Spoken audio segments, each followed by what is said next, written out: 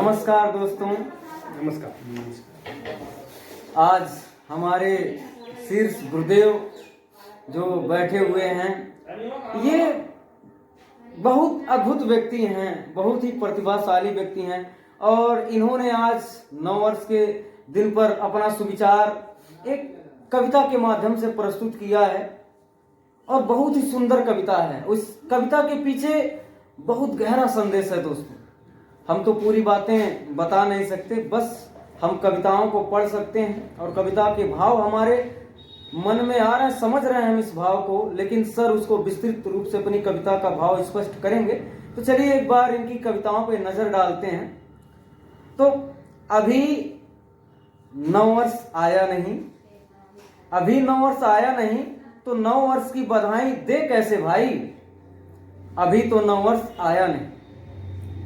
धरा भी अभी ठिठुर रही, सर्दी भी अभी है डटी हुई, मन में ना है कोई नया विचार, कैसे कहें ये सुविचार।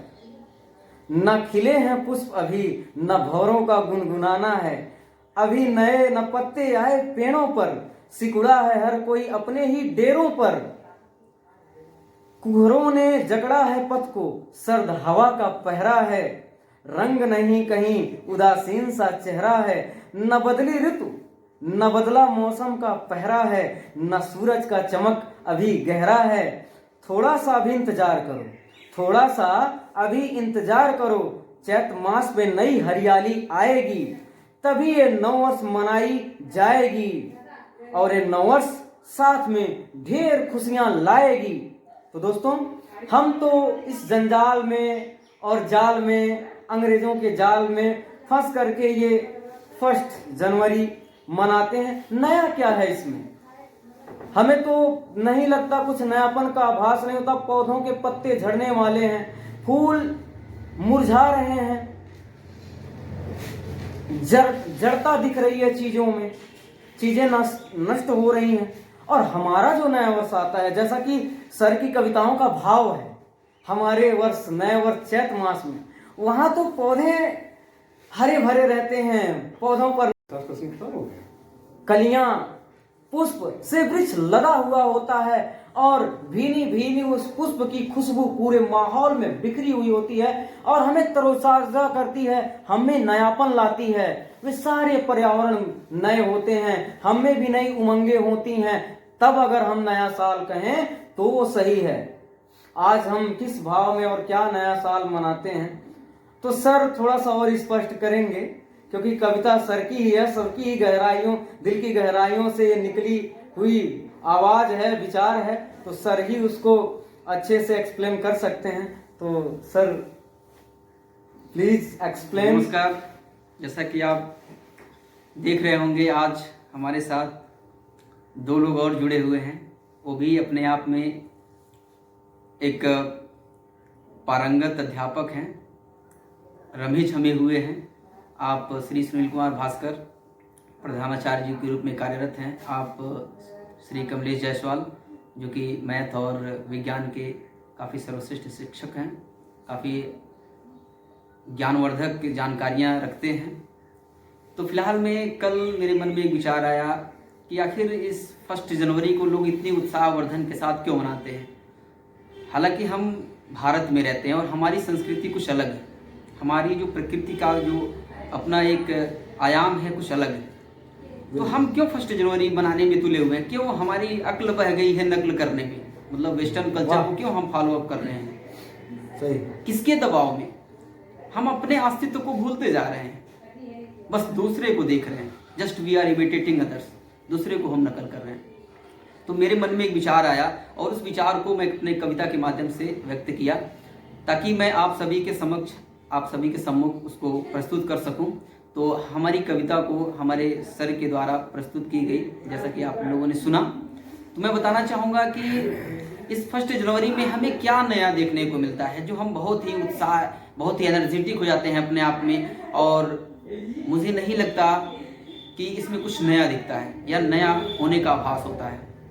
नया तब दिखता है जब हम अप्रैल मंथ की बात करते हैं, यानी अगर हिंदी मास की बात करें तो चैत्र मास, जो हमारी नवरात्र पहली जो प्रथम नवमी होती है वहाँ से आरंभ होती है, और वाकई में उस दौरान एक नया आयाम, एक नया पर्यावरण, एक नया माहौल देखने को मिलता है, एक नया परिवर्तन देखने को मिलता है। प्रकृति भी अपने आप को परिवर्तित कर रही होती है उस समय।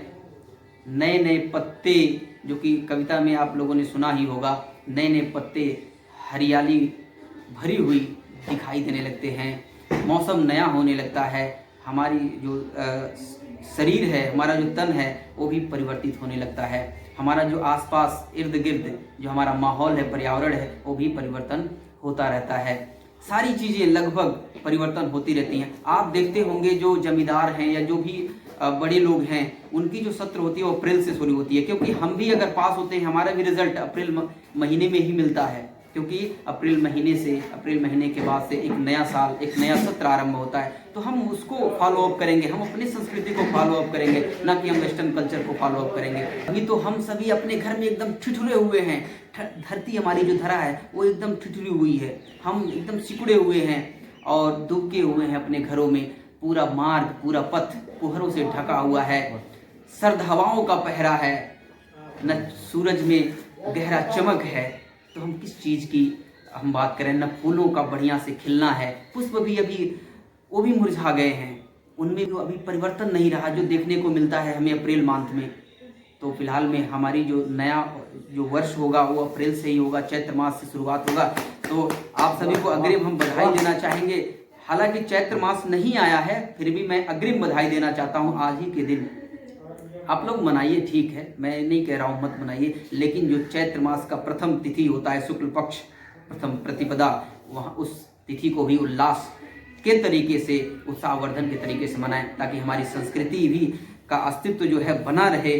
धन्यवाद दोस्तों। अब इसी पर विशेष टिप्पणी हमारे प्रधानाचार्य जी श्री सुनील कुमार भास्कर जी देंगे।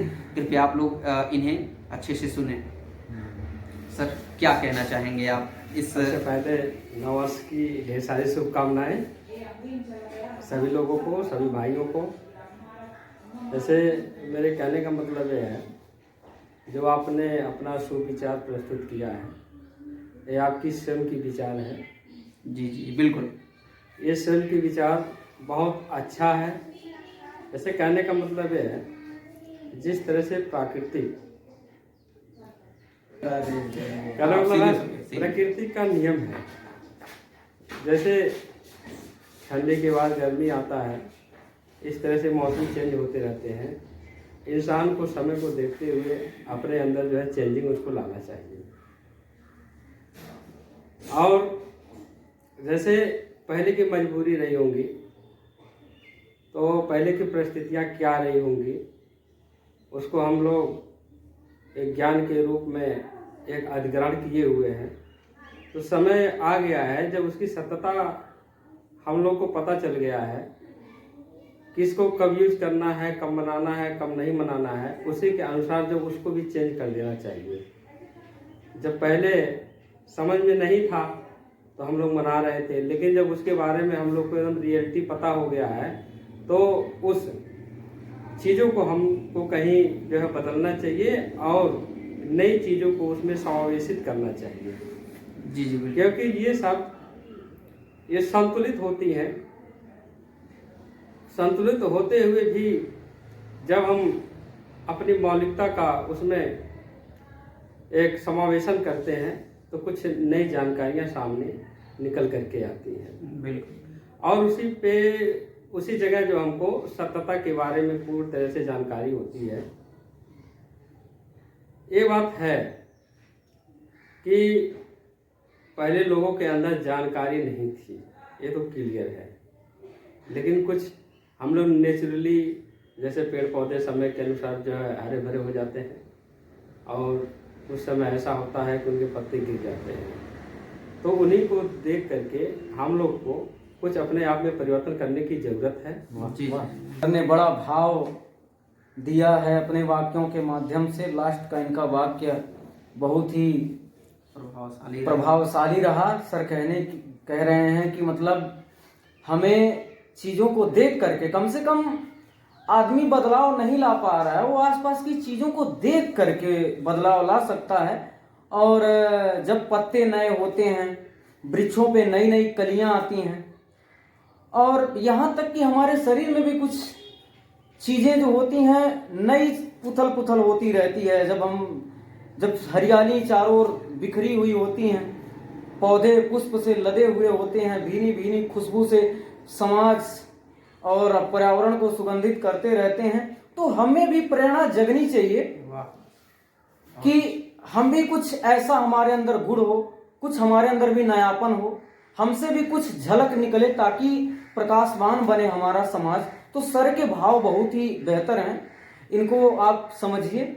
ये कहने का तात्पर्य ये है कि पहले के लोग समझदार नहीं थे, लेकिन अनजाने में कहीं ना कहीं नया साल को मना रहे थे।